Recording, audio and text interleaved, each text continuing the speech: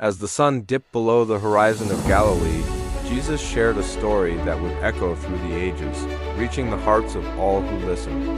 It is a story of a father, two sons, and the boundless reach of a love that never gives up, no matter how far one wanders.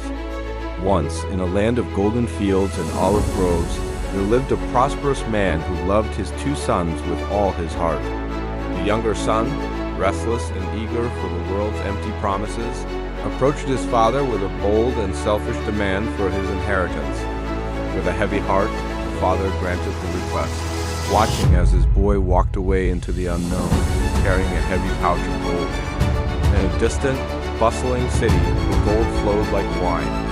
The son lived lavishly, surrounded by strangers who only valued his newfound wealth. But wealth spent on shallow pleasures is like mist in the morning sun. It soon vanished, leaving him with nothing but cold regret. A great famine swept across the land. The young man, once dressed in fine linen, now found himself working in a muddy pig pen.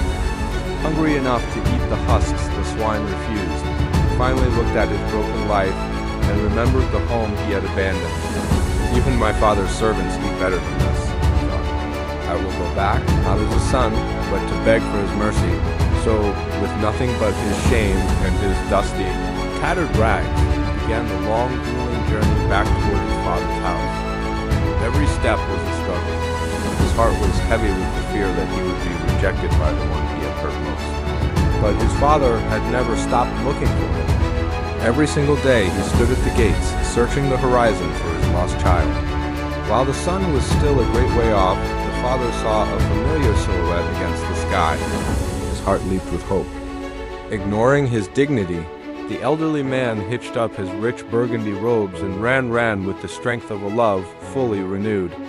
The son began his rehearsed confession, but the father only held him tighter, weeping with pure, unadulterated joy that he had returned. "Bring the best robe," the father shouted. "Put a ring on his finger. My son was dead, but now he is alive again."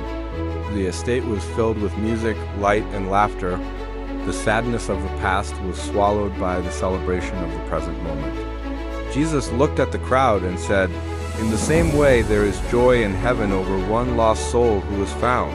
For no matter how far we wander or how deep our shame, the Father's love is always waiting to welcome us back home."